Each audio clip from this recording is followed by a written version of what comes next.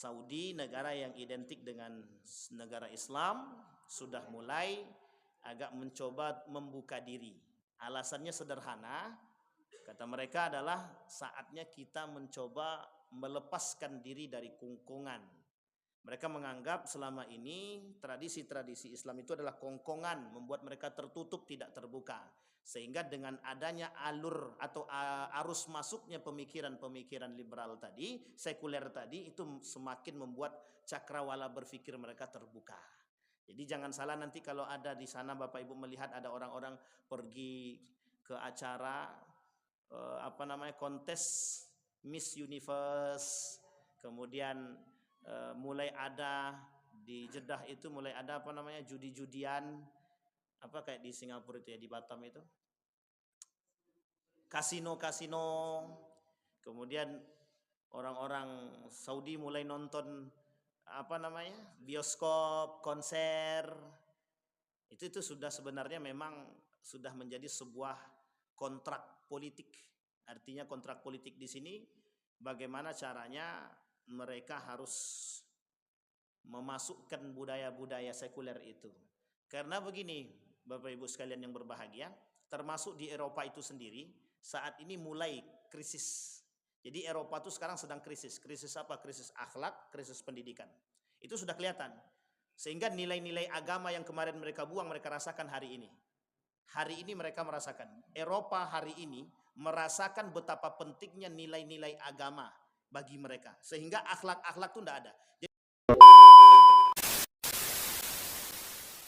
Assalamualaikum warahmatullahi wabarakatuh.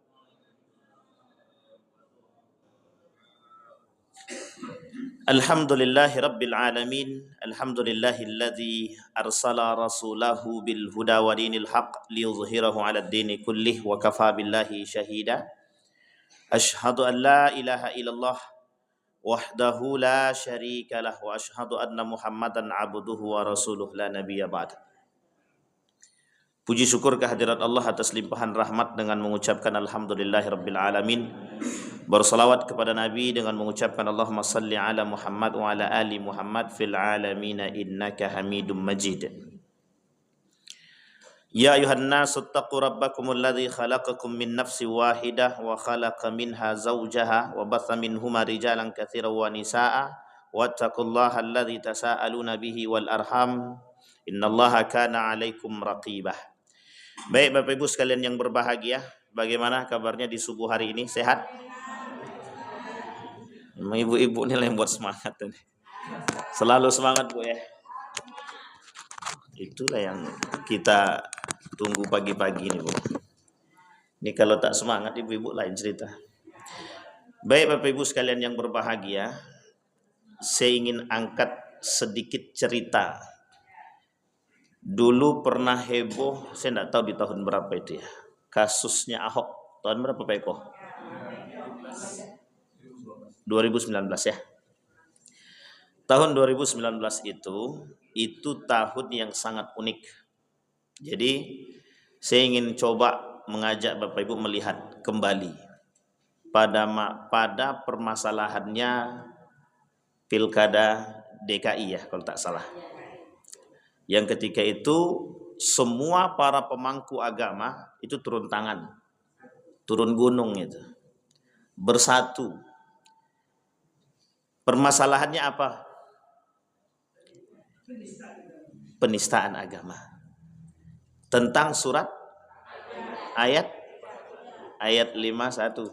Ada ayat 51. Sebenarnya banyak ayatnya tidak 51. Bayangkan respon daripada pemangku agama terhadap kasus ini, itu begitu berat. Banyak turun gunung semua. Saya masih ingat betul itu guru saya Profesor Dr. Haji Yunahar Ilyas termasuk yang ikut bersaksi. Karena beliau pakar di bidang Al-Quran, maka beliau harus menyampaikan kebenaran itu. Yang ingin saya angkat bukan pada kasusnya Bapak Ibu. Coba perhatikan bagaimana orang-orang memperhatikan ayat Al-Quran ketika itu. Itu yang kemudian menjadi poin penting kita.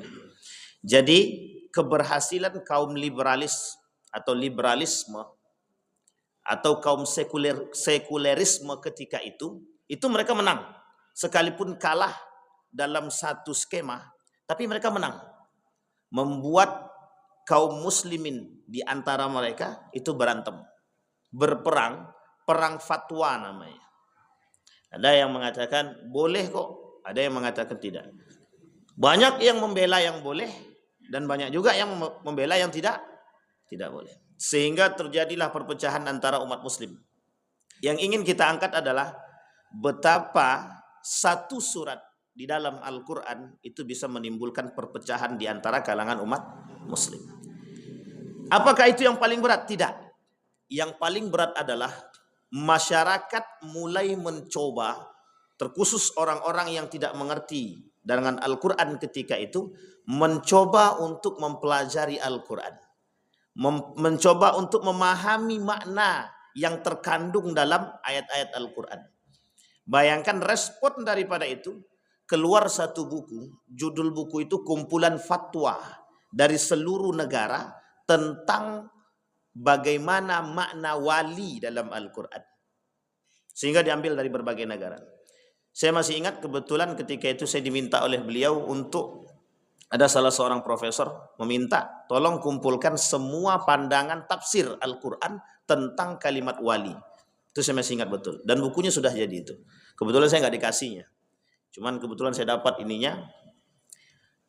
Ternyata sekian banyak persepsi daripada para ulama, pandangan para ulama tentang, ini terkhusus ulama-ulama Al-Quran, tentang makna wali tersebut. Yang menjadi persoalan adalah ada yang mengartikan wali tersebut sebagai teman setia, kemudian pemimpin dan lain sebagainya. Sehingga yang menjadi dalih Bapak Ibu, ada bahasa di dalam perang pemikiran itu tashkik, membuat kita umat muslim ini ragu dengan keislaman kita. Kita ambil contoh dalam kasus tersebut. Kalimat tashkik itu artinya ragu. Kita sendiri ragu dengan Al-Quran itu. Apa konteksnya? Ayat wali tadi. Sehingga kata mereka kaum liberal. Apa kata kaum liberal? Apa kata kaum termasuk salah satunya Rashid Ridho. Ada salah satu ulama terkenal pada masa kontemporer itu disebut namanya Rashid Ridho. Dan itu terkenal. Tapi cukup menggaungkan dan jadi rujukan teman-teman liberal. Apa pandangan beliau tentang itu? Makna wali di dalam Al-Quran itu oleh para sekian banyak mu'jam itu tidak mesti berartikan pemimpin.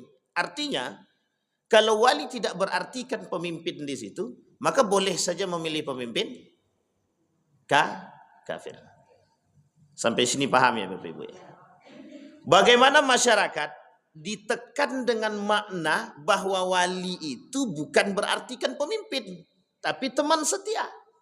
Jadi kalau teman setia oleh mereka, pandangan mereka, itu diartikan sebagai teman setia. Kalau teman setia berarti boleh dong pemimpin non muslim. Kan gitu bahasanya. Yang ingin kita ambil adalah bagaimana memaknai ayat ini, memaknai kalimat ini. Sehingga ketika bahasa boleh dong pemimpin itu non-muslim asalkan dia baik dan lain sebagainya. Inilah bahaya daripada dampak pemikiran itu tadi. Sampai di sini paham ya Bapak Ibu ya. Tapi kalau cuma sekedar bahasanya saja, mereka cuma mempersoalkan permasalahan ayat saja, oke. Dan itu debatable di antara para ulama menjadi perdebatan. Tetapi kata guru saya, jangankan bermakna pemimpin, bermakna teman setia saja tak boleh, apalagi pemimpin. Itu beliau. Nah, ini yang kemudian menjadi persoalan. Sehingga cara mereka merusak kita itu bukan dengan perbuatan-perbuatan yang lain, langsung menuju kepada Al-Quran. Tahun 2009 itu muncul kelompok yang tak percaya dengan Al-Quran. Apa kata mereka? Bahwa Al-Quran itu ditertulis dalam websitenya eramuslim.com dan Voice of Islam. Ketika itu mereka mengatakan begini, Al-Quran itu adalah produk budaya pada masa Muhammad.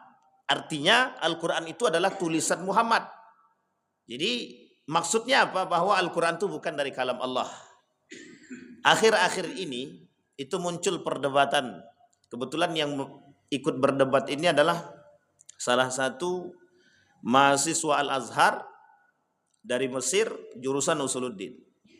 Beliau membantah seorang profesor dari Amerika. Dia aslinya Indonesia, tapi sudah jadi profesor di Amerika. Nama beliau itu kalau saya tak salah Mun'im Sirri namanya. Mungkin Prof tahu itu. Ini baru-baru ini. Apa kata beliau dalam tulisan buku itu? Apakah Al-Quran itu kalam Allah atau kalam Nabi? Nah, coba bayangkan Bapak Ibu. Jadi cara merusak. Memang ini mungkin tidak tenar di kalangan bapak-bapak dan ibu-ibu. Tapi ini sangat berbahaya dalam merusak pola pikir generasi terkhusus yang berada di sekolah tinggi atau di universitas. Apa kata bahasa itu? Al-Quran, apakah Al-Quran itu kalam ilahi atau kalam Nabi? Bahkan apa mungkin itu kalam Jibril? Wah, itu rusak itu Pak. Sehingga dibantahlah oleh beliau. Dan ini sebenarnya Bapak Ibu sudah menjadi bahan perdebatan para ulama usuliyin atau ulama-ulama kalam pada masa dahulu. Ada ayat di dalam Al-Quran itu yang dihapus. Sehingga kepercayaan masyarakat terhadap ketika itu, termasuk kafir Quraisy yang menghasut, mereka tidak percaya dengan Al-Quran. Kenapa? Karena ada pada masa Utsman ibn Affan itu ada ayat-ayat Al-Quran yang dihapus oleh Utsman ibn Affan. Atas perintah Utsman, padahal bukan Utsman yang menghapus. Ada beberapa kesamaan yang terjadi di dalam Al-Quran itu, yang kemudian diulang, dan itu dianggap tidak relevan dalam arti konteks relevan di sini. Ini harus hati-hati menyampaikannya, bahaya.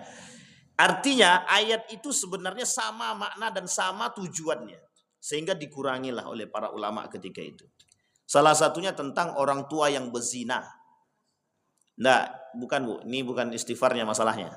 Masalahnya adalah ketika itu ayat orang tua yang berzina ini itu lebih khusus. Sehingga ada ayat yang lebih umum disebut dengan az-zani waz-zaniyatu. Sampai di sini paham ya Bapak? Ayat az-zani waz-zaniyatu fajlidu kulla wahidin minhuma mi'ata jaldah. Ayat ini umum. Baik tua, baik muda, baik siapapun yang berzina, mau yang sudah menikah ataupun belum, mau bikir ataupun sayyib, mau yang duda ataupun tidak duda. Ini sampai di sini paham ya Bapak? Kalau mereka berzina tetap dirajam, dicambuk. Ayat ini itu umum untuk semua. Ada ayat namanya berbicara khusus tentang orang tua yang berzina. Maknanya kan sama. Ini menjadi dalil bagi kaum liberal untuk mematahkan atau membuat keraguan di dalam Islam. Sehingga orang Islam yang tadinya mohon maaf tidak kuat imannya percaya. Oh iya ya. Berarti dihapus. Makanya tuduhan terhadap Utsman itu salah satunya, fitnah terhadap Utsman salah satunya adalah menghapus ayat Al-Quran. Kalaulah menghapus ayat Al-Quran itu tuduhannya berat. Tuduhan lain kepada Utsman itu adalah kafir. Karena menghapus kalam Allah. Tetapi tuduhan itu adalah itu sebenarnya ingin mematahkan Utsman ibn Affan. Jalurnya masih politik. Jadi kasus rasis agama yang dipolitisasi itu bukan hanya sekarang. Pada masa Utsman ibn Affan sudah terjadi. Nabi Muhammad SAW dianggap umyun, buta. Tapi kemudian kok pinter, kok cerdas. Sampai di sini paham ya Bapak Ibu ya? Sehingga ini menjadi dalil bagi mereka, orang Muhammad aja bodoh kok mau percaya sama Muhammad. Nah, itu bahasa mereka. Logika berpikirnya begitu. Bahasa ini yang mereka sematkan kepada para pelajar dengan gaya logika berpikir yang baik. Sehingga banyak orang-orang yang tertegun dengan kalimat itu dan percaya. Dan jangan salah, tidak sedikit pengikutnya. Banyak pengikut liberal itu. Pengikut kaum sekuler itu banyak sekali. Dan rata-rata sekarang ini semuanya sekuler. Karena kalau tak sekuler, tak bisa korupsi. Kan begitu. Kalau tak sekuler, tak bisa kita cari duit. Ini logis berpikirnya begitu Bapak Ibu. Sehingga biasa. Jadi permainan ayat. Yang mereka permainkan adalah ayat ayat Al-Quran, membuat kita ragu dengan ayat Al-Quran. Makanya kenapa kaum-kaum yang terkait dengan itu di dalam Al-Quran mereka mengatakan, di dalam Al-Quran itu Allah katakan laki-laki dan perempuan. Tetapi di situ Allah tidak sebutkan secara detail. Sebenarnya bukan tak sebutkan secara detail, tapi lebih kalimat azwajun itu tidak Allah sebutkan dengan gaya berpasang-pasangan. Kan kita tak bisa memaknai kalimat itu karena bahasanya bahasa Arab. Kemudian oleh kaum liberal tidak ada yang disebut di dalam Al-Quran itu secara eksplisit menikah itu harus laki-laki dengan perempuan, perempuan dengan laki-laki. Tidak harus begitu. Artinya kalau mereka berpasang-pasangan, menurut mereka berpasang-pasangan itu kalau memang laki-laki itu cocok bagi mereka dan memang pasangannya dia laki-laki, ya sudah. Sampai di sini paham ya, Ibu ya. Ini cara mereka mendistorsinya begitu. Cara mereka merubah gaya mindsetnya begitu. Sehingga perempuan kalau suka dengan perempuan ya udah silahkan. Sehingga di Amerika Serikat itu, Los Angeles itu memang khusus. Ada namanya bapaknya, laki-laki itu sebagai ibu dan laki-laki sebagai suami. Nikah laki-laki dengan laki-laki. Dan pemahaman itu mana? Di mana letak pemahamannya? Mereka mencoba mentafsirkan ayat Al-Quran pada kalimat azwajun atau zaujun tadi. Artinya pada kalimat ini menurut mereka berpasang-pasangan itu tidak harus laki-laki dan perempuan. Cara mereka merusak itu kembali kepada Al-Quran. Bagi mereka yang tidak punya kekuatan pemahaman terhadap Al-Quran, itulah maksudnya, Pak. Makanya mohon maaf, memahami ayat Al-Quran tidak bisa kalau tidak ada guru. Tidak bisa memahami Al-Quran itu dengan terjemahan saja, tak bisa. Bapak Ibu punya Quran terjemahan, kemudian Bapak pelajari. Itu tidak bisa, Pak, kalau kemudian dijadikan landasan pegangan dalam diri kita sebagai tuntunan. Sulit. Karena banyak sekali masalah penafsiran Al-Quran itu. Kita ambil contoh. Kata guru saya Gus Baha itu, guru kita semua, itu kesalahan dalam terjemahan Kementerian Agama Al-Quran itu banyak. Terjemahan kalimat itu banyak. Dan itu dampaknya adalah salah dalam menafsirkan, salah dalam menerjemahkan, salah dalam pemahaman. Kalau salah dalam pemahaman, salah langkah kita. Kalau kita sudah salah langkah dalam memahami itu yang berbahaya. Sehingga mereka bermain pada konteks Al-Quran tersebut adalah bagaimana membuat kita ragu dengan ayat Al-Quran. Nah, kalimatnya dalam metode mereka merusak. Jadi dalam perang pemikiran itu ada metode perangnya itu.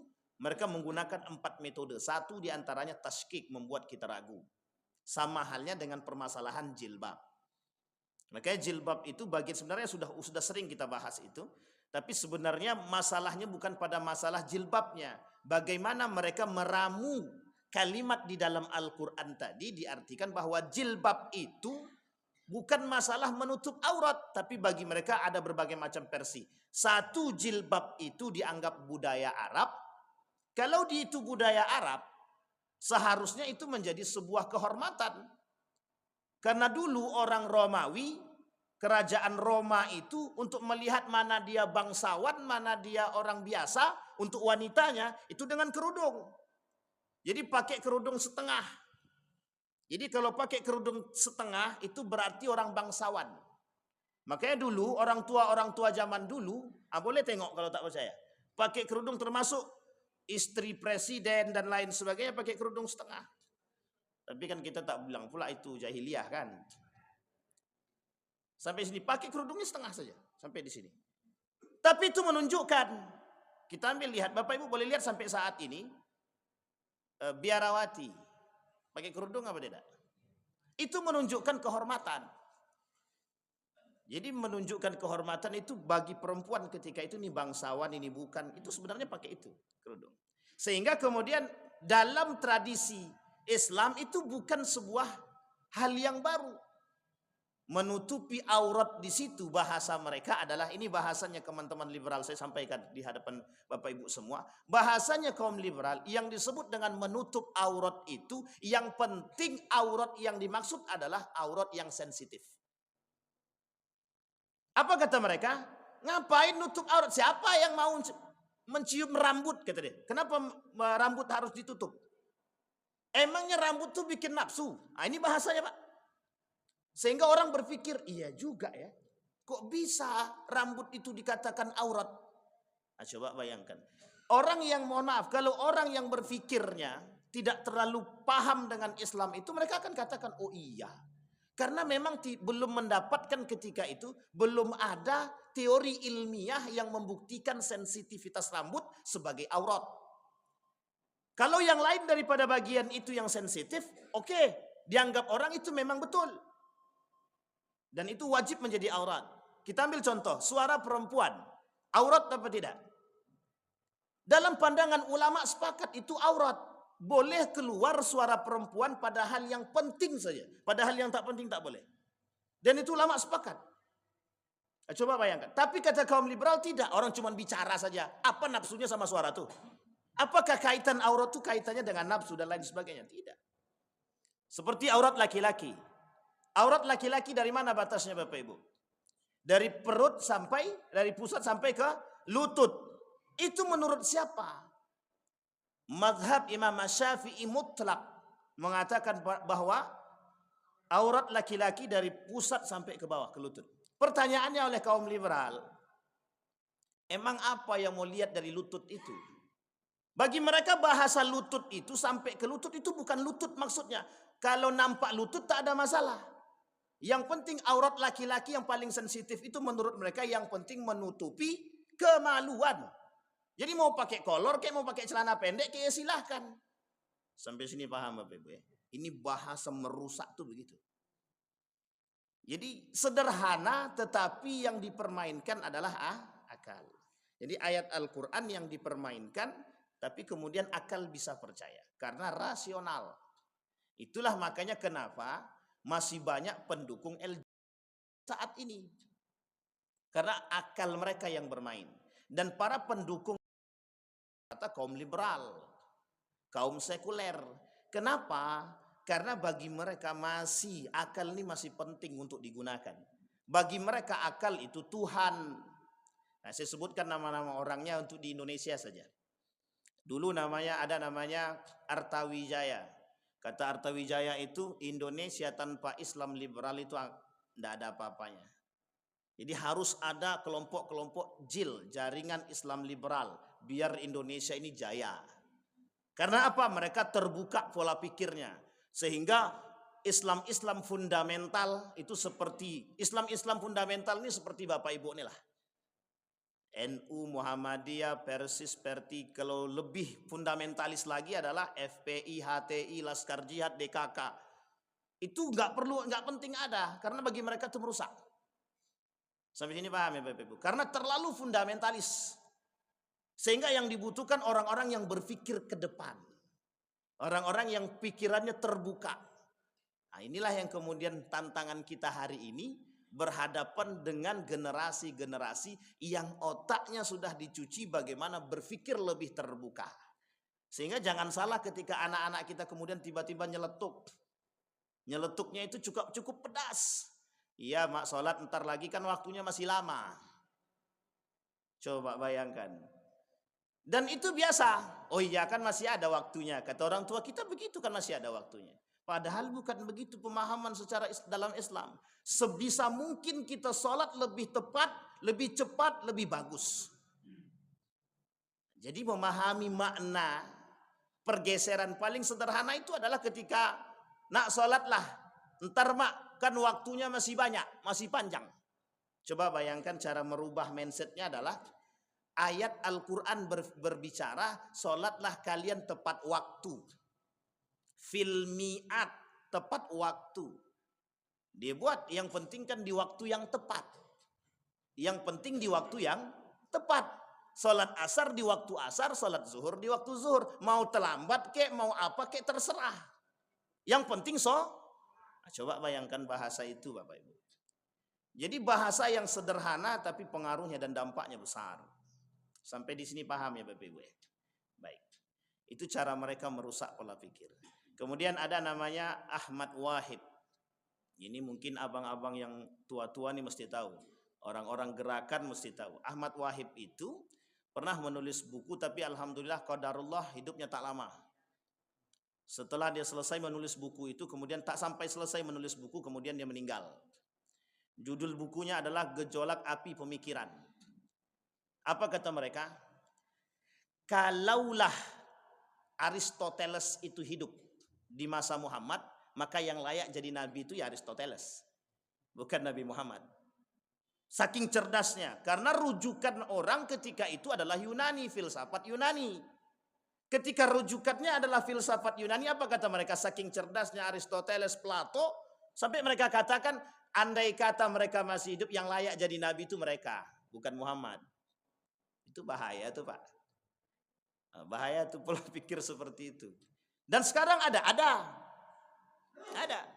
Mereka katakan, Muhammad itu tidaklah lebih baik daripada pemangku-pemangku agama yang lain. Sehingga kita ini dirusak. Jadi jangan salah, kecintaan generasi terhadap Nabi Muhammad berkurang.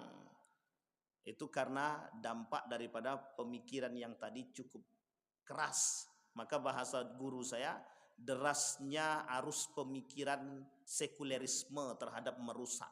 Dan ini Bapak Ibu dalam pola pikir yang kemudian mereka tuangkan dalam dunia pendidikan. Nah, apa tuangannya dalam dunia pendidikan? Saya sudah sampaikan itu di hadapan Bapak Ibu dulu, bahwa sempat pernah terjadi pada masa Anies Baswedan itu, pelajaran-pelajaran agama itu mau dihilangkan. Dulu sempat ketika beliau mau menjadi menteri pendidikan, ketika beliau menjadi menteri pendidikan, itu sempat isu itu mau diangkat, tapi kemudian beliau lengser dan lain sebagainya. Nah, sekarang isu itu kembali diangkat. Apa isu itu kembali diangkat? Mencoba bagaimana nilai-nilai agama itu dikurangi dari dunia pendidikan, sehingga nanti yang lahir adalah manusia-manusia yang jauh dari agama dalam pendidikan formal ataupun non formal. Nah, itu sedikit demi sedikit Bapak Ibu dihilangkan agar tidak muncul manusia-manusia, konteks akhirnya adalah manusia-manusia radikal. Sampai di sini paham Ibu-Ibu? Bapak Ibu paham ya? Baik, yang kedua, taswih. Taswih itu upaya orang kafir untuk menghilangkan kebanggaan umat muslim terhadap Islam dengan menggambarkan Islam secara buruk seperti yang mendasari dari agama Islam.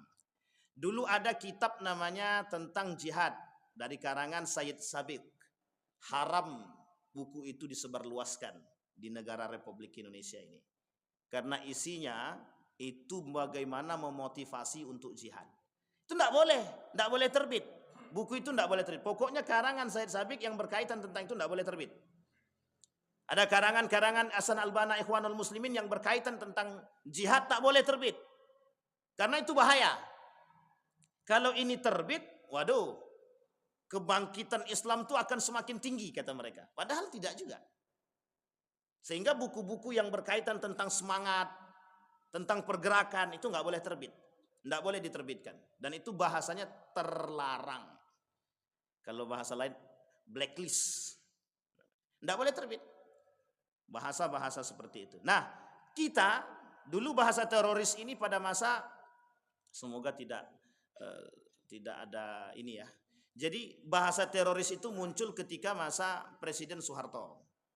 Pada masa kepresidenan Soeharto. Dan isu teroris itu ditumbuh kembangkan oleh Amerika terhadap kelompok-kelompok radikal. Salah satunya sarana untuk membentuk radikalisme itu adalah pesantren. Sehingga dulu setiap pesantren itu yang tidak sesuai dan sejalan dengan pemerintah dianggap teroris.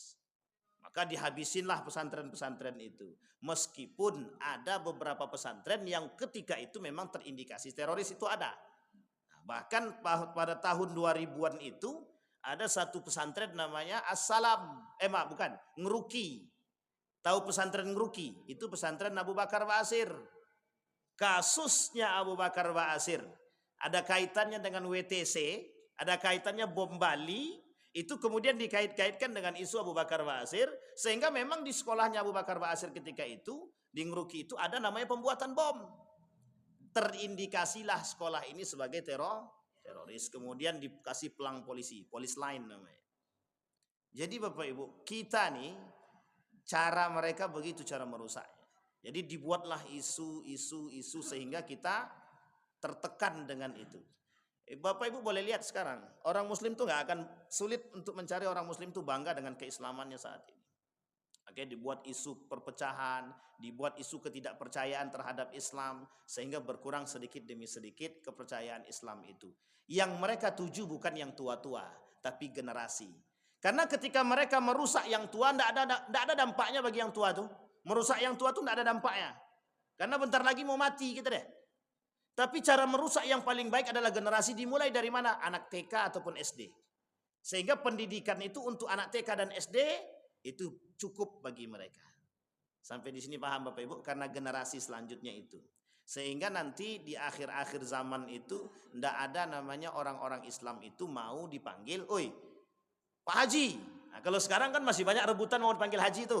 Bahkan sudah ada penambalan haji. Salut pula saya. Ada penambalan haji, pulang haji ditambal haji. Kalau tak ditambal haji tak resmi jadi haji. Nah, ini keterlaluan pula itu. Nah, ini kadang-kadang tidak tahu mau kita bilang sesat, susah juga. Tapi memang entahlah kenapa tradisi penambalan haji. Sebenarnya tradisi penambalan haji itu cukup menjadi perhatian publik itu. Baik, nah kembali masalah tadi Bapak Ibu, terorisme.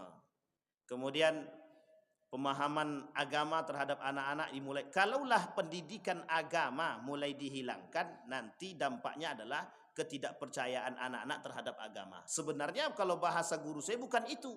Tapi hilangnya adab dan akhlak itu yang berlandaskan pada agama itu yang menjadi dampak kita hari ini.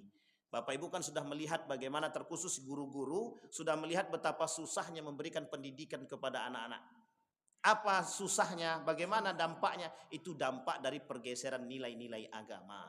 Nilai-nilai agama yang kemudian dikurangi sehingga menyebabkan kita susah untuk mengatakan mengatur akhlak dan lain sebagainya. Kalau dulu enak, "Nak jangan pergi." Iya mak. Kalau sekarang, "Nak jangan pergi." Bapak aja pergi mak. Ini yang susah kita. "Nak sholatlah." Lemak aja tak sholat. Ngapa kita sholat? Yang dulu orang tak berani. Nempeleng anak sedikit sekarang masuk. Masuk kemana Pak? Dilaporkan. Apa namanya? Kekerasan. Dan lain sebagainya. Bukan KDRT. KDRT itu perlindungan anak. Kan begitu. Nah, ini ada Pak Eko. Mesti Pak Eko lebih tahu kan. Perlindungan anak. Masuk. Mukul sedikit habis. Pukul istri masuk. Dan lain sebagainya. Cara mereka menghilangkan kebanggaan umat muslim. Nah hari ini kita caranya menghilangkan. Bagaimana cara menghilangkan biar umat muslim itu tidak bangga dengan keislaman mereka. Caranya adalah disusupilah nilai-nilai sekuler tadi dalam segala lini, dalam segala kehidupan. Ini bahasa yang sering kita dengar Bapak Ibu. Ketika Bapak Ibu minum Starbucks itu, di situ ada bahasa-bahasa anak muda. Kalau ndak Starbucks ndak yes. Kalau ndak ngopi ndak yes. Bapak Ibu harus perhatikan itu. Sekarang kalau kita katakan kalau ndak ngaji ndak yes, jadul ente. Jadul. Ini bahasa memang sederhana Bapak Ibu, tapi ini merusak.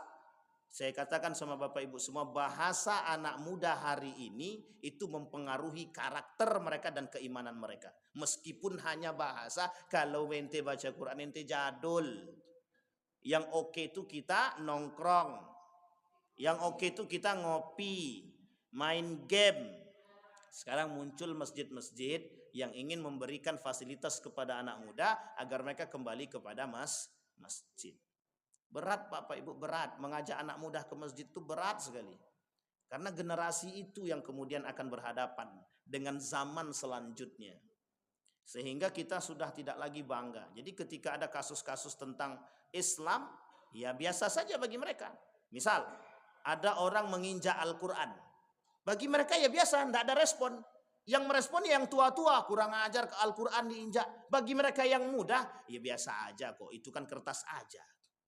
Nah, ini saya sudah pernah cerita juga sama Bapak Ibu, dulu ada profesor, seorang profesor, ketika dalam satu seminar itu dia lempar Al-Quran. Dan dia muslim. Dia lempar Al-Quran di hadapan mahasiswa itu. Ketika Al-Quran dilempar di hadapan mahasiswa itu, Kemudian dia katakan, sekarang perhatikan oleh kalian apa yang saya lempar. Kata mahasiswa tadi Al-Quran. Salah.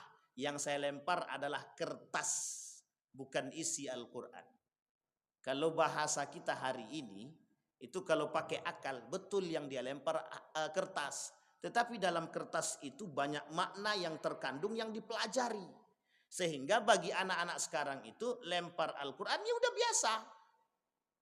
Kenapa? Bagi mereka tidak ada nilainya, tidak ada faedahnya, tidak ada dampaknya. Karena yang dilempar bukan nilainya. Pertanyaannya adalah bagaimana melempar nilai-nilai Al-Quran. Makanya suatu ketika kami berkunjung ke salah satu pesantren atau ke Gontor itu, saya ketemu dengan pimpinan itu. Apa kata pimpinannya? Kalian datang ke pondok ini, itu nilainya C. Kalian takzim kepada pimpinan itu nilainya C. Yang nilai A itu bagaimana kalian menerapkan nilai-nilai pondok, nilai-nilai Islam di luar pondok pesantren. Itu yang paling penting, itu nilainya A, kata dia. Begitulah hari ini kita dihadapkan. Itu nyata banget. Apa yang saya ceritakan ini Bapak Ibu itu semuanya fakta. Kenapa fakta? Begitulah keadaan kita hari ini. Bahkan Ibu kalau lihat di kota-kota besar, Bapak Ibu datang ke kota-kota besar, itu nilai-nilai agama mulai terasa sedikit demi sedikit. Orang pakai jubah kalau ke tempat minum, ente kok pakai jubah, itu pandang asing. Orang pakai jubah datang ke tempat ngopi, ke kafe, itu dianggap sebagai hal yang tabu sekali. Bahkan jangan begitu, orang pakai jubah saja dulu waktu kami masih mahasiswa itu, kau ngapain pakai sarung ke masjid? Kau ngapain pakai jubah ke masjid? Kok ke sholat pakai peci? Nah, coba bayangkan. Cara mereka merusak itu pelan-pelan. Sehingga tak salah ketika guru saya bilang, bahasa itu merubah. Bahasa itu adalah bagian daripada budaya. Nah, salah satu tujuan mereka untuk merusak kita adalah melalui jalur budaya. Baik, itu yang kedua. Taswih namanya. Taswih. Membuat orang Islam tidak bangga dengan keislamannya. Malu aneh pakai peci. Dia lulusan pesantren, tapi malu dibilang lulusan pesantren. Takut akhlakku tak sejalan dengan pesantren. Kalau takut akhlak itu tak sejalan dengan pesantren, ya jangan pakai akhlak yang tak betul. Sekarang begitu, aku ini bejat. Makanya aku tidak mau nampak bahwa kalau aku ini imam masjid atau sering ke masjid. Masalahnya apa? Masalahnya adalah malu, rajin sholat tapi masih maksiat. Apa yang paling baik? Ya jangan maksiat. Tapi kemudian sekalipun dia maksiat tapi dia sholat sudah biasa saja. Karena semua orang pasti punya dosa. Hanya saja bagaimana melihat dosa tersebut. Bagaimana kita bertobat daripada dosa. Kullu bani Adam khata' wa khairu khata'in at-tawwabun. Semua umat muslim, semua manusia itu bersalah. Tapi bagaimana cara kita menanggapi salah tersebut? Sehingga kita harus bertaubat. Hari ini kita begitu. Malu. Pergi ke masjid malu, takut dianggap sebagai sok suci. Ente nggak ke masjid? Enggak lah, anda sholat di masjid aja, di rumah saja. Kenapa? Takut nanti kalau sholat di masjid dianggap terlalu suci. Ya Allah, saya bilang. Kalaulah begini gaya berpikir kita, ya rusak, mau susah kita mau ngajak. Baik. Kemudian selanjutnya yang ketiga, ada yang disebut dengan tazwib. Tazwib. Mencampur adukkan antara pemikiran barat dengan pemikiran Islam. Mencampur adukkan nilai-nilai barat dengan nilai-nilai Islam. Budaya barat dengan budaya Islam. Apa maksudnya mencampurkan budaya barat dengan budaya Islam? Ini saya sampaikan Bapak Ibu, biar Ibu tahu. Jangan ada yang tersinggung tapi Bapak Ibu ya. Satu, dulu pakaiannya gamis. Ya betul? Baik. Sekarang tidak pakai celana jin. Tapi pakai kerudung enggak? Pakai kerudung. Jin, celana sempit, legging, baju berteriak saking sempitnya. Itu bukan tradisi Islam. Bukan. Dan bukan tradisi Melayu. Dulu di Malaysia itu sangat jarang kita melihat perempuan pakai kaos dan pakai celana lepis. Itu Malaysia. Kenapa saya katakan Malaysia? Yang saat ini masih ada, kita lihat orang-orang pakai baju Melayu. Kalau di Indonesia sudah tidak ada. Hampir sulit mencari wanita-wanita pakai baju Melayu. Apa yang dimaksud dengan mencampur adukkan di sini? Kita lihat. Dulu pakai gamis. Setelah muncul gaya Eropa atau budaya Barat, gamis itu berkurang. Yang penting kan aurat tertutup, pakai celana lepis. Dulu lepisnya masih termasuk agak longgar. Semakin hari, semakin dekat ke kiamat, semakin sempit. Semakin sempit itu. Sehingga dulu pakai kerudungnya tertutup menutup dada, sekarang tidak. Pakai kerudung leher nampak. Besok tak pakai lagi kerudung. Begitu pergeserannya sedikit demi sedikit. Bagaimana mencampurkannya? Budaya. Yang dianggap salah satu tradisi Islam. Berkerudung adalah tradisi kita Bapak Ibu. Islam mengajarkan menutupi aurat. Tapi Islam mengajarkan menutup aurat bukan berarti pamer aurat dengan gaya yang lain. Yang kedua, masih banyak kita dapatkan budaya sinkritisme. Solat iya, memuja yang lain juga iya.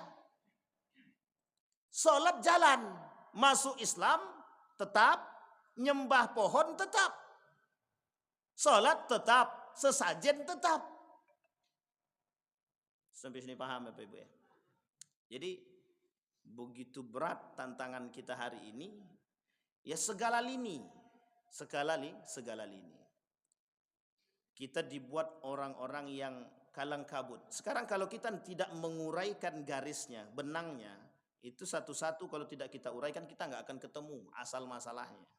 Saking sudah komplikasi. Beberapa hari yang lalu ada seorang profesor ngajak duduk untuk diskusi. Ustaz, boleh kita diskusi? Boleh, saya bilang. Kita ketemu di mana? Duduklah kami. Dan ini dulu waktu di Jogja kami sering begitu. Mengikuti diskusi-diskusi para guru besar untuk mencari akar masalah. Saya bilang kita fokus kemana Prof? Kita fokus pada agama. Oke, kita fokus pada agama. Beliau bertanya, Ustaz, mengapa kok sekarang itu orang-orang Islam itu kok terpecah belah ya? Saya bilang, dari segi mana Prof melihat terpecah belah? Setiap masjid punya anggota masing-masing. Setiap masjid punya ulamanya masing-masing. Oke, itu pertanyaan pertama. Pertanyaan kedua Prof, saya bilang, boleh Ustaz tengok, kata dia. Sekarang tuh orang-orang Islam kok nggak pede ya dengan keislaman mereka. Saya bilang, wah ini jawabannya, pertanyaannya kok menusuk sekali. Menusuk sangat, bagi kita itu menusuk. Kok umat Islam nggak pede? Tadi yang tadi kita sudah sampaikan. Masalah dari taswih. Orang Islam tidak pede dengan keislamannya. Sehingga untuk menyampaikan itu kaku. Kemudian saya jawab. Yang pertama Prof, saya bilang. Yang pertama, budaya, pengaruh budaya Barat, pengaruh pemikiran budaya Barat. Ketika Islam itu dianggap tidak ada, pada masa Dark Age, pada masa perubahan Renaissance itu kita dibuat kabur Bapak Ibu. Kita ini dibuat kabur dengan keislaman kita. Jadi cara mereka menghapus tuh hapus habis-habis. Dulu di Eropa itu tidak boleh pakai nama Muhammad. Kalau pakai nama Muhammad tidak boleh masuk. Harus ganti. Ganti namanya dengan siapa? Yusuf jadi Yosef. Ibrahim jadi Abraham. Ismail jadi apa? Ismail jadi Samuel. Ismail jadi Samuel. Mikael jadi Michael. Coba perhatikan nama-nama anak-anak yang mengadopsi antara Barat dengan Islam. Itu agak diseleweng-selewengkan sedikit. Siapa nama anakmu? Nama anakku Daren. Daren itu sebenarnya Daroin, tapi dibuat Daren. Siapa nama anak ente? Mikael. Padahal sebenarnya nama aslinya Mikael. Tapi karena Mikael ini tidak terlalu tren. Jadi trennya harus Michael. Saya bilang. Yusuf, Yosef. Ibrahim, itu kan baik. Coba cari orang-orang yang bangga sekarang dengan nama siapa? Muhammad Ridwan misal. Itu nama saya, Bu. Tapi orang tak bangga lagi sekarang pakai nama Muhammad. Harus pakai nama yang agak gaul-gaul sedikit lah. Namanya Novan Van Jovi gitu. Itu sebenarnya gabung nama Islam yang kemudian dipleseti. Jadi ketidakbanggaan kita terhadap itu menjadi masalah. Nah, saya bilang sama profesor tersebut yang pada poin yang kedua tadi. Saya bilang sama Prof itu. Prof merasa atau tidak, saya bilang. Prof merasa atau tidak hari ini kita dijauhkan dari agama.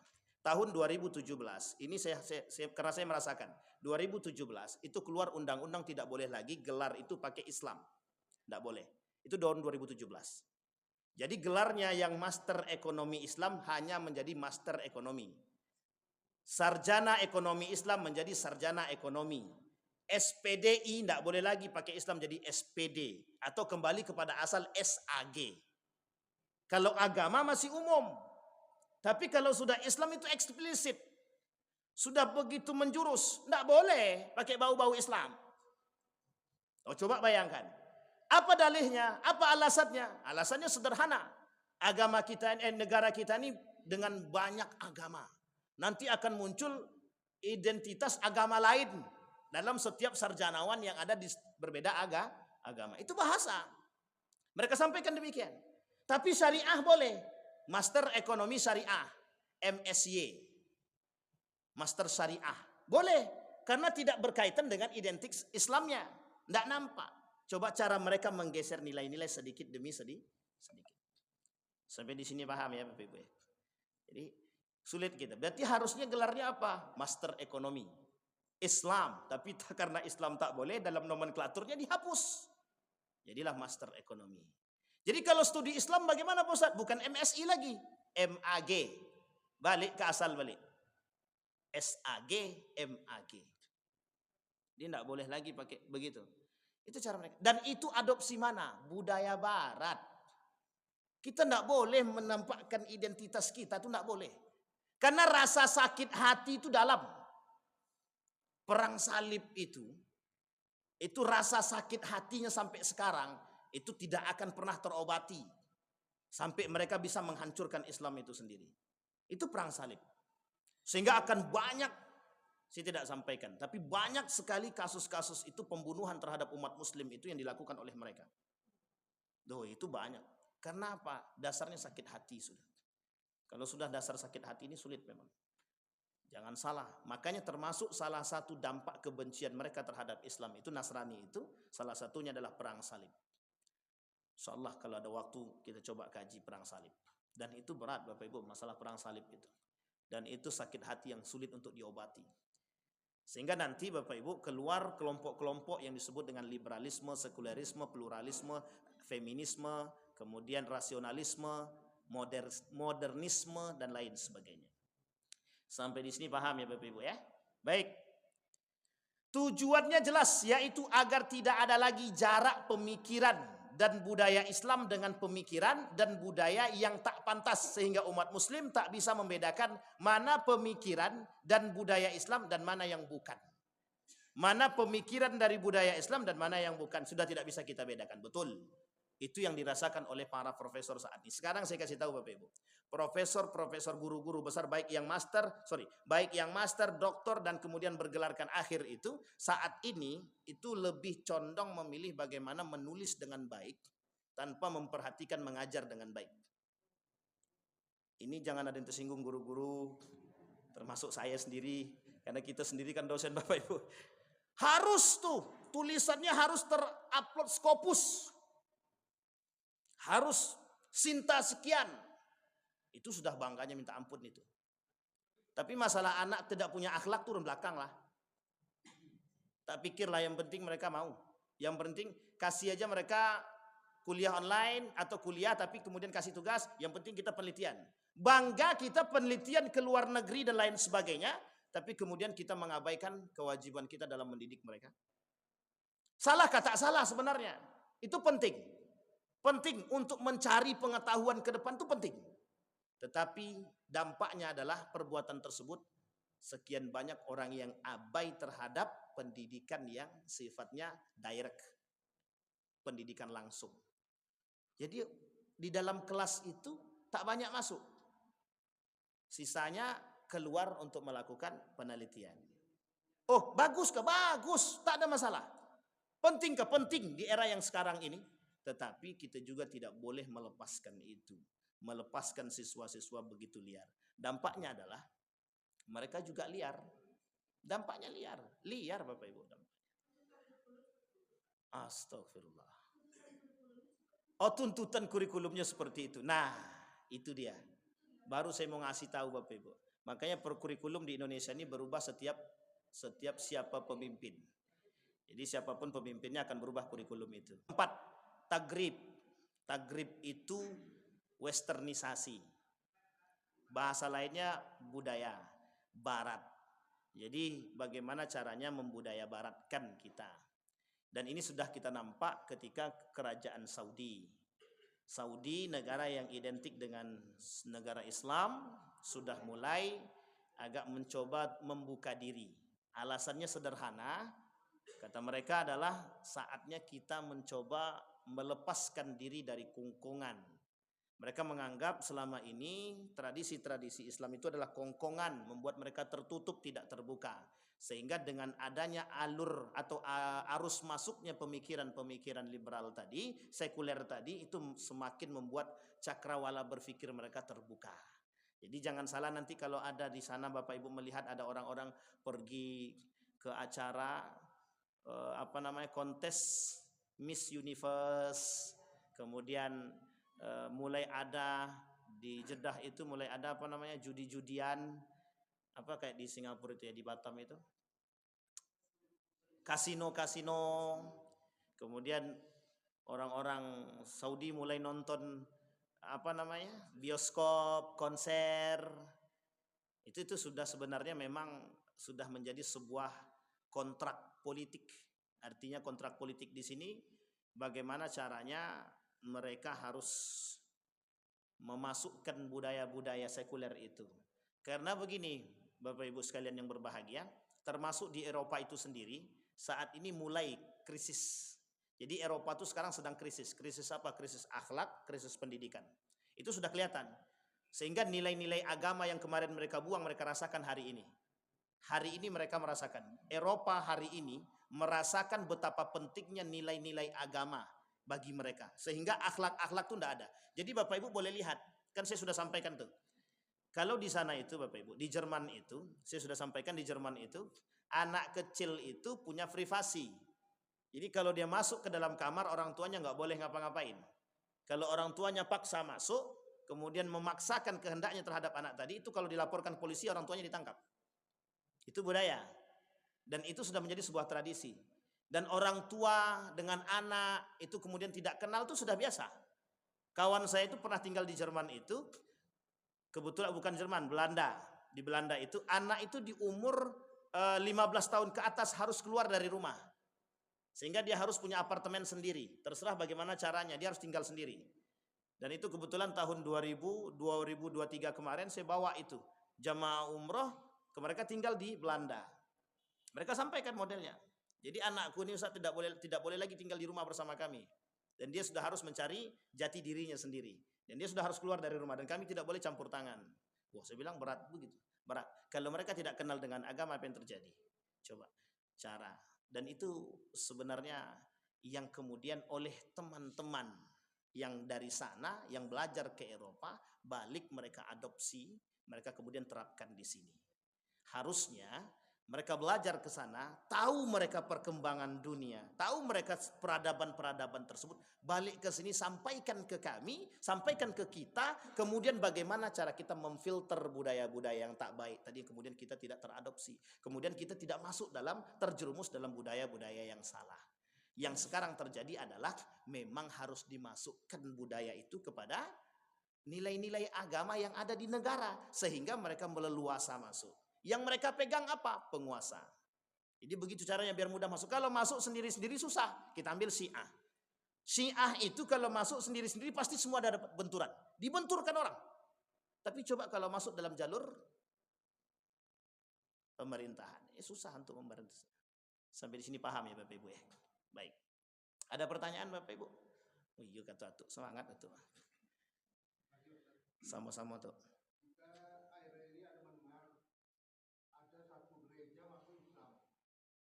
Satu gereja terus fenomena itu terjadi. Sebenarnya kalau satu gereja masuk Islam, ini saya tidak tahu ceritanya, tapi saya kembali kepada masa dulu. Dulu Bapak Ibu pada masa tabi'in itu sudah biasa. Jadi begini, dulu ada seorang, kalau bahasa kita ini namanya pastor lah, pastor. Ini saya ceritakan dengan Paulus 6 lah, Paulus 6. Jadi ada buku judulnya pembahasan tentang Paulus. Tapi ini mic-nya sampai keluar. Mana abang tadi? Lah kabur abangnya. Dalam aja nih kan? Oke, jadi gini. Dulu ada namanya Paulus 6. Paulus 6 itu termasuk di antara sekian banyak Paulus yang mengerti bahwa ada namanya Bible itu yang benar. Namanya Barnabas. Jadi Injil Barnabas. Karena dia tahu kebenaran Injil Barnabas itu, kemudian dibuatlah satu kelompok oleh dia, diundang ke rumahnya. Mereka masuk Islam secara bersamaan. Apa artinya? Mereka ajak dulu para pemangku agama, terkhusus Islam ketika itu, untuk diskusi dengan Injil Barnabas tadi. Ternyata apa yang tertera dalam Injil Barnabas itu kebenaran. Muhammad itu nabi terakhir, Tuhan itu cuma satu. Dan itu dalam Injil Barnabas disampaikan. Disampaikan dalam Injil Barnabas. Sehingga Paulus tadi masuk Islam. Tapi secara diam-diam, bersama dengan anggota yang mereka ikuti tadi. Sampai di sini paham ya? Nah, yang kedua, tapi mereka ketika di luar daripada lingkungan tadi, kelompok yang tadi, mereka tidak menyampaikan keislaman mereka. Karena bahaya. Kalau itu disampaikan, paling tidak, itu semua antara mereka itu mati. Karena mesti dibunuh. Nah, ini penting untuk dipahami. Sehingga pada masa itu, ini saya diceritakan langsung oleh guru saya sendiri, Profesor Dr. Haji Nahari Ilyas itu. Beliau sampaikan langsung. Pada saat itu, betapa pemahaman mereka terhadap Injil, Barnabas itu mengarahkan mereka kepada kebenaran sehingga mereka masuk Islam. Dan Bapak Ibu sekalian yang berbahagia, tidak sedikit di antara biarawati, pendeta yang masuk Islam ketika mereka mempelajari Al-Quran. Tak sedikit. Saya sudah pernah ceritakan sama Bapak Ibu. Waktu kami di Yogyakarta, itu kami sering masuk dalam perpustakaan. Dan perpustakaan bukan terbesar, terlengkap se-Indonesia. Dari tahun 1940-an masih ada. Nama perpustakaannya kalau yang ke Jogja boleh main. Namanya Kolose Ignatius. Kita sering masuk.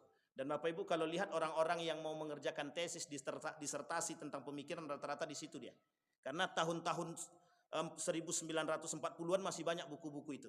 Termasuk kami ikut di dalam itu. Saya dulu membahas tesis saya di situ. Termasuk skripsi saya, tesis saya di situ. Dan kita uniknya, masuk dalam perpustakaan itu bersampingan Pak, sampingnya itu gereja, sampingnya gereja. Dan kami pernah masuk gereja itu, untung tidak dibaiat aja. Itu kelakuan kawan saya itu hampir aja kita dibaiat itu, tapi ya itu kesalahan lah itu. Jadi singkat cerita Bapak Ibu, di situ kita ada pegang buku. Kita melihat ada biarawatinya pegang buku di kiri dan kanan. Di tangan kanannya buku, di tangan kirinya Al-Quran. Di tangan kanannya bertuliskan judul buku itu bagaimana membumi hanguskan Al-Quran. Itu tidak usah dikomentari. Karena memang begitu. Karena mereka adalah misionaris.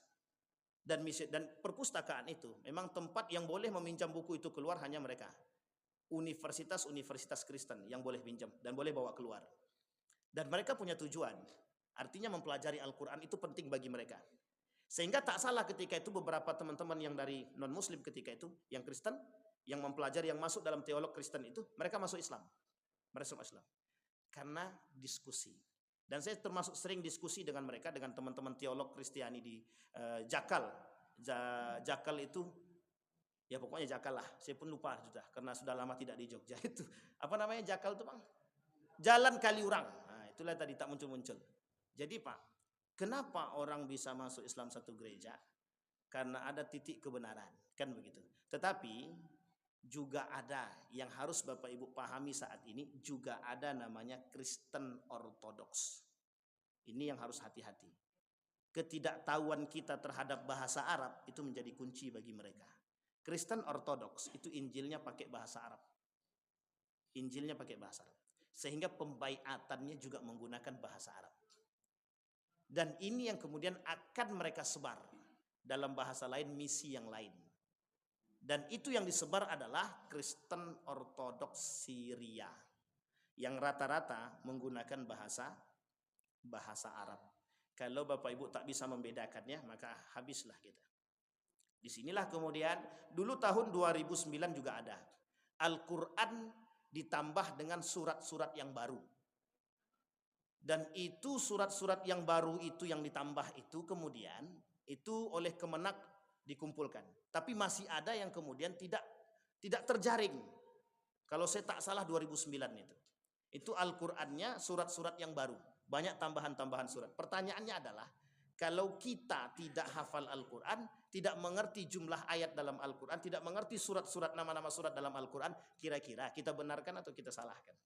Oh, ini Al-Quran kok diinjek gitu ya. Padahal belum tentu Al-Quran. Sampai sini paham ya Bapak Ibu ya. Baik. Itu yang kemudian yang bisa saya jawab itu ya. Artinya hidayah itu mesti bisa didapatkan oleh siapapun, tergantung kehendaknya Allah. Innaka lan tahdi man ahbabta walakinnallaha yahdi man yasha. Saya sudah ceritakan, seorang profesor nangis dia. Profesor tuh, kebetulan profesor tuh guru saya. Naik pesawat bareng dengan biarawati. Turun di dalam pesawat mereka diskusi tentang keislaman. Biarawatinya pakai kerudung. Ya dia menganggap itu muslimah. Cerdas sekian, hafal Al-Quran, hafal hadis, bahkan dia hafal Riyadhus Shalihin itu, dan saya sudah ceritakan itu. Sampai kemudian di Amerika mereka turun sama, acaranya sama. Kemudian ketika ngambil bagasi kelihatan keluar dari sini tanda salib. Ketika keluar tanda salib, itu kemudian apa? Menangis profesor tadi. Coba, yang hafal Quran itu non muslim. Dia sebagai profesor Al-Quran aja enggak hafal. Jangankan Al-Quran, sejarah Islam aja dia enggak hafal. Singkat cerita ketemu mereka di lobi hotel, disampaikan oleh biarawati tadi, innaka lan tahdi man ahbabta walakinnallaha yahdi man yasha. Biarawati itu yang menceramahi dia, Pak. Artinya apa? Betapa seriusnya mereka mempelajari Islam untuk mencari titik kelemahan Islam. Tetapi kita tidak bisa menutupi mereka. Yang mau mempelajari silahkan. Karena memang sebagian besar dari orang-orang yang mempelajari Al-Quran mendapatkan kebenaran daripada Al-Quran. Moko Ginta. Kemudian siapa lagi? Ko Stephen, Irene, Laya dan lain sebagainya. Banyak sekali. Yahya Waloni. Jadi itu mereka mempelajari Al-Quran. Dan termasuk kami dulu juga ikut satu kelompok yang disebut dengan Kristologi. Saya bawa Bapak Ibu. Sebenarnya, tapi ini nanti kalau yang di akhir tidak usah disebarkan ya. Ini judul bukunya Bapak Ibu. Dokumentasi Pemalsuan Alkitab. Ini pelajaran kami ketika masuk di Kristologi. Ini buku langka. Dokumentasi Pemalsuan Alkitab. Jadi kalau dokumentasi pemalsuan Alkitab itu dibaca Bapak Ibu akan melihat betapa beratnya kehidupan saat ini. Mereka mampu memalsukan Alkitab demi kepentingan.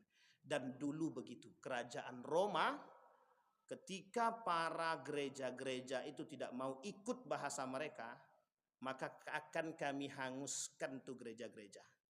Sehingga mau tidak mau dirubahlah. Jadi perkataan raja juga bisa menjadi perkataan Tuhan. Makanya bahasa ini tidak boleh disebarkan. Mesti dianggap penistaan agama. Sampai di sini paham Bapak Ibu ya? Baik, ada pertanyaan? Tidak ada, alhamdulillah. Karena waktu pun sudah lewat panjang. Baik. Kita anggap yang terakhir.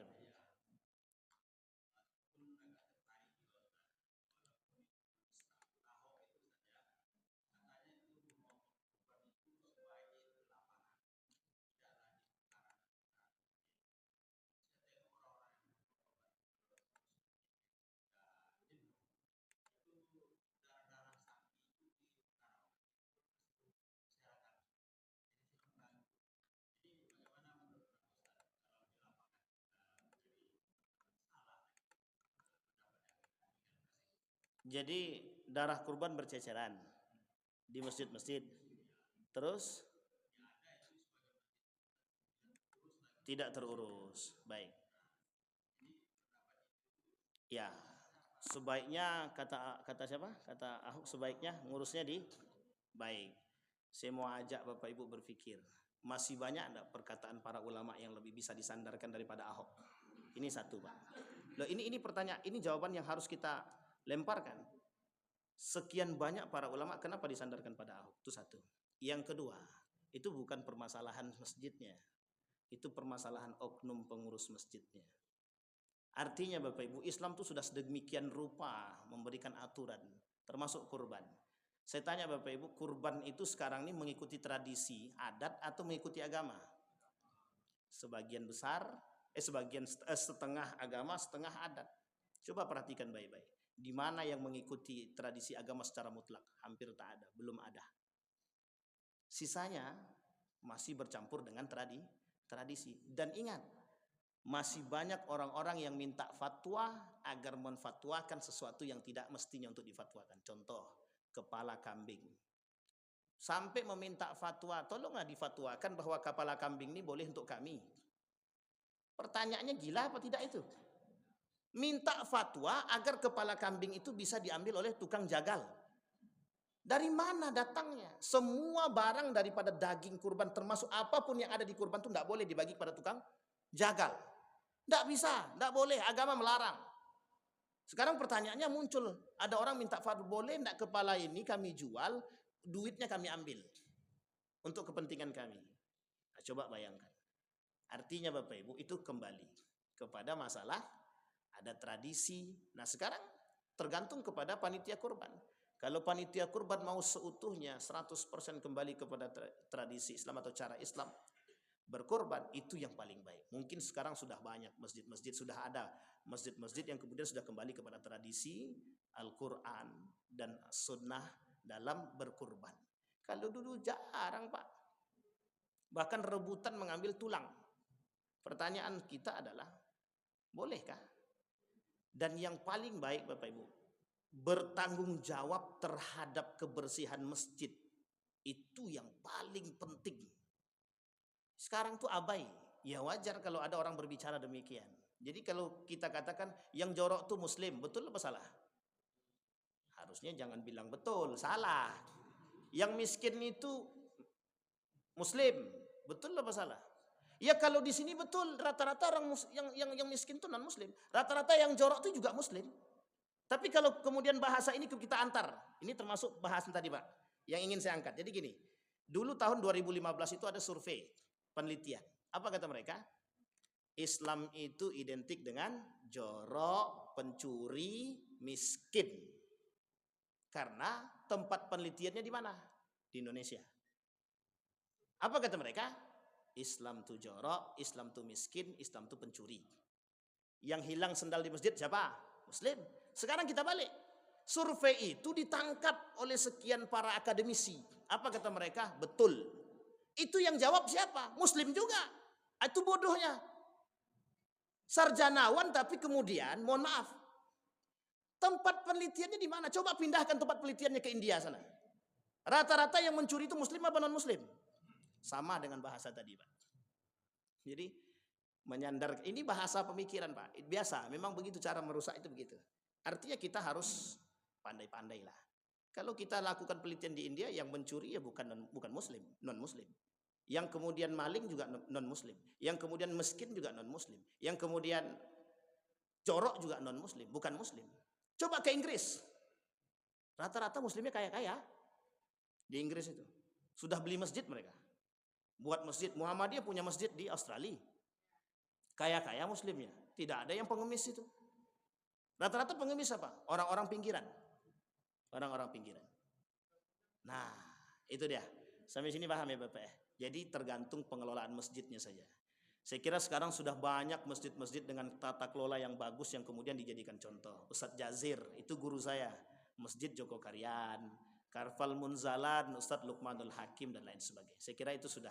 Nah, masalah nanti daging-dagingnya kemudian mau diberikan kemanapun itu dan lain sebagainya, didistribusikan ke muslim non muslim itu terserah, dan itu ulama kemudian berbeda pendapat saja. Artinya kalau beda pendapat itu boleh saja dipakai. Kalau perbedaan pendapat, yang tidak boleh itu yang berkaitan tentang sesuatu yang sudah mutlak kebenarannya. Saya kira itu saja Bapak Ibu, mudah-mudahan bermanfaat bagi kita semua. Kita berdoa kepada Allah, mudah-mudahan apa yang kita pelajari di subuh hari ini menjadi pedoman bagi kita untuk menjadi manusia yang lebih baik. A'udzu billahi minasyaitonir rajim. Bismillahirrahmanirrahim. Alhamdulillahirabbil alamin. Hamdasy syakirin, hamdan na'imin, hamdan yuwafi ni'amahu wa yukafi'u mazidah. Ya Rabbana lakal hamdu kama yanbaghi li jalali wajhikal karim wa 'azimi sultanik. اللهم فقهنا في الدين وعلمنا التأويل يا حي يا قيوم يا فتاح يا عليم يا عزيز يا غفار يا رب العالمين. اللهم اجعلنا من السعداء المقبولين ولا تجعلنا من الأشقياء المردودين. اللهم أرنا الحق حقا وارزقنا اتباعه وأرنا الباطل باطلا وارزقنا اجتنابه. اللهم اجعلنا من أهل القرآن واجعل أهلتنا من أهل القرآن الذين نحن خاصتك وأهلك يا أرحم الراحمين. اللهم جنبنا من منكرات الأخلاق. ربنا آتنا في الدنيا حسنة وفي الآخرة حسنة وقنا عذاب النار والحمد لله رب العالمين. السلام عليكم ورحمة الله وبركاته.